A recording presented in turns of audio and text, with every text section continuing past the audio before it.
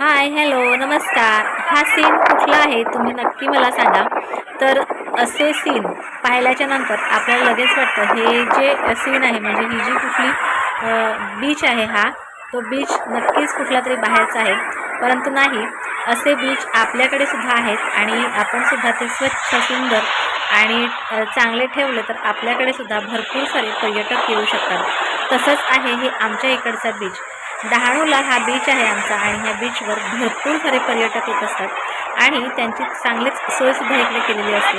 तर इथे खूप सारे लोक येतच असतात. परंतु डहाणू फेस्टिवल लागलेलं होतं त्यावेळेला आम्ही डहाणूला म्हणजे स्टेशनच्या थोड्याशा पुढे आहे हा बीच आणि तिथे आम्ही गेलो होतो आणि तिथून हा जो दृश्य मी टिपून ठेवलेला होता तर तुमच्याबरोबर मला शेअर करायचा होता. बऱ्याच दिवसापासून होता हा दृश्य आणि आज मी तुमच्याबरोबर शेअर करते. वाळवंटात आपल्याला उंट दिसतो, पण बघा आमच्यासुद्धा बीचवर नेहमी 12ही महिने उंट बघायला मिळेल. आणि त्याचबरोबर ह्या ज्या पाण्यात बोटी आहेत ह्या आपण आतमध्ये जाऊन बोटिंगसुद्धा करू शकतो. खूप छान छान गोष्टी असतात आमच्या डहाणू बीचला. आमचा डहाणू बीच सांगताना मलासुद्धा खूप छान वाटतं. इकडचा सीन संध्याकाळचा इतका सुंदर असतो की ही संध्याकाळ कधीही संपू नये असं वाटत असतं. तुम्हाला दिसतच असेल सूर्यास्त होतोय आणि ह्या सूर्यास्ताच्या वेळेला खवळलेला असा समुद्र आणि समुद्रात फेसाळलेल्या अशा लाटा आपल्याजवळ येत असतात आणि असं वाटतं की ह्या पाण्यात सतत आपण पाय बुडवून किंवा पाण्याची मस्ती करत आपण एकमेक राहू असं वाटत असतं. आणि हा जो बीच आहे हा सुंदर आणि नीटनेटका असतो. कुठेही कचरा तुम्हाला आढळणार नाही, इतका सुंदर असतो. आमची जी नगर परिषद आहे ही टापटीपपणा, नीटनेटकेपणा किंवा स्वच्छता ह्याकडे खूप जास्त लक्ष देते. बघा आपण पिक्चरमध्ये पाहतो की छोटे छोटे कपडे घालून मुली डान्स करत असतात, पण आज आपली संस्कृती बघा टिकवून ठेवण्याचं काम ही मुलीसुद्धा करत असतात. भरतनाट्यम करणार आहेत त्या फेस्टिवलमध्ये आणि मुलींनी इतका छान पोशाख केलेला आहे, असं मन अगदी भरून येतं. हे सर्व झालं आणि दुसऱ्या दिवशी माझ्या मैत्रिणीकडे आम्ही गेलो होतो. तिथून सुद्धा काही मी दृश्य टिपून ठेवलेले आणि ते सुद्धा तुम्हाला दाखवते. असं छानपैकी तिचं घर आहे छोटंसं, परंतु ह्या घराच्या समोर पारिजातकाची, आबोलीची झाडं अशी छान लावलेली आहेत आणि त्याची भरपूर अशी फुलं येत असतात. कधीतरी मी तिच्याकडे जाते, परंतु व्हिडिओ काढायची संधी मिळत नसते. तर आज काय झालं की ज्या दिवशी मी गेली होती त्या दिवशी छोटासा म्हटलं एक व्हिडिओ काढूया. ही आबोलीची फुलं ही गजऱ्यासाठी वापरली जातात आणि गावी ही नक्कीच प्रत्येकाकडे बघायला मिळतात.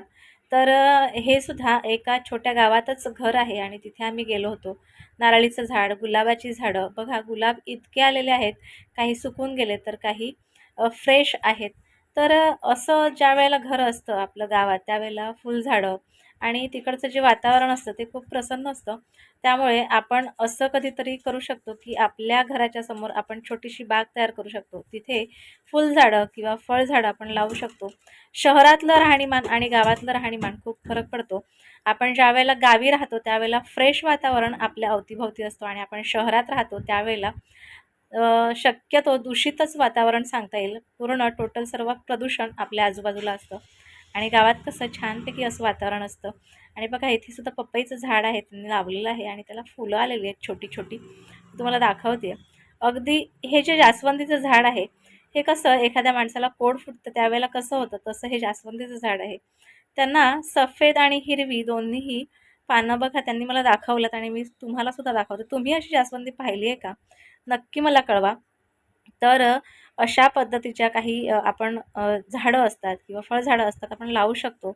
निसर्ग खूप छान आहे. आपण त्याला जपलं पाहिजे. कारण निसर्गाची गरज आज आपल्याला नक्कीच भासते. कारण इतकी गरमी, कधी-कधी खूप सारा पाऊस असं सर्व काही चालत असतं. त्यामुळे निसर्ग जपला पाहिजे. निसर्गात फळझाडे, फुलझाडं लावली पाहिजेत. आपल्या आजूबाजूचा दूषित वातावरण नक्कीच कमी त्याच्याने होतं.